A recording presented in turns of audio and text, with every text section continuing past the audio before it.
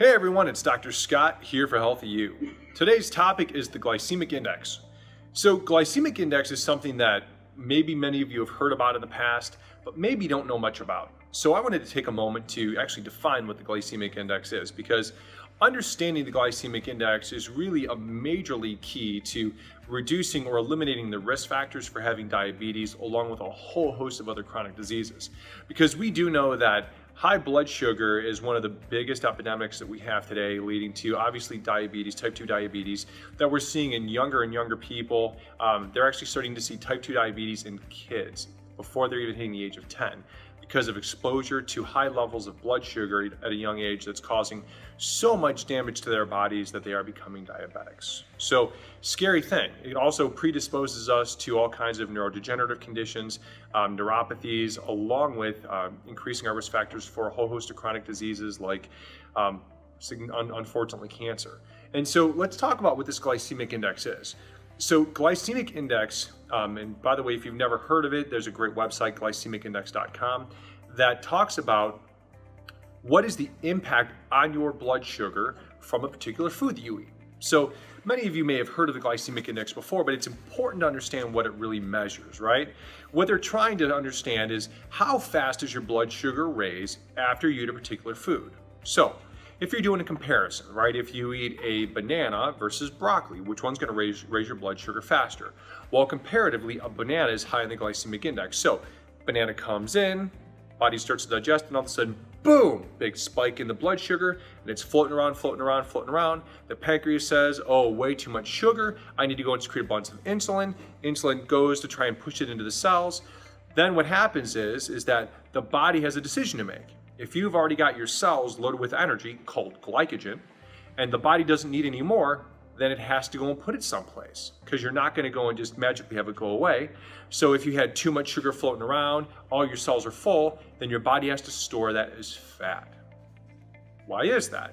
Because we can't have all this blood sugar come in when our cells are at a steady metabolic state and then put it someplace where there's no room, right? The cells have a capacity. What we want are foods that are low to moderate on the glycemic index.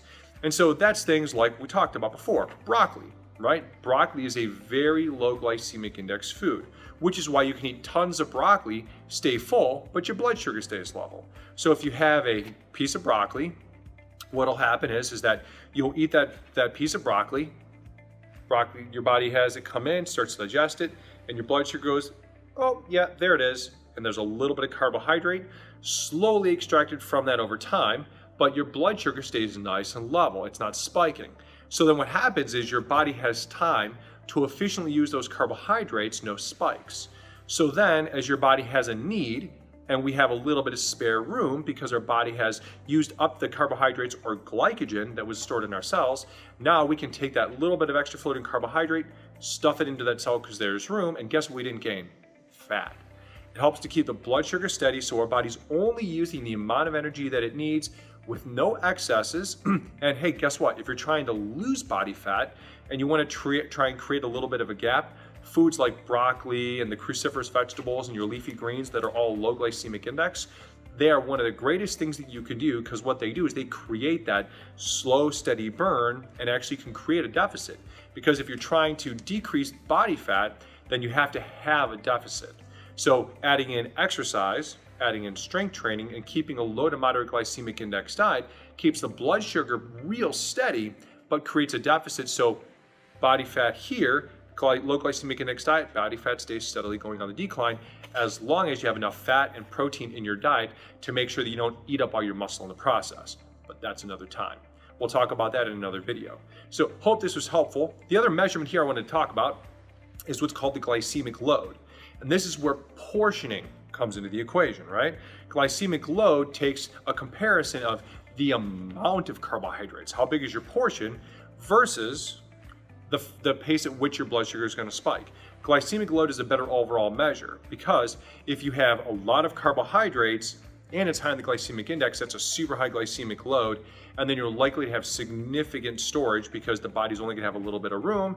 You have a big portion, it spikes the blood sugar fast, spills over, that's the term that's used, it's called spillover, when the cells don't have room, and then all of a sudden you have fat storage, okay?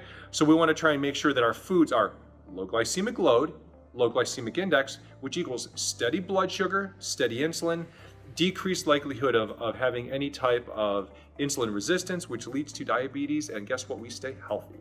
Hope this is helpful. This is Dr. Scott out of here for Health U. God bless. Be elite.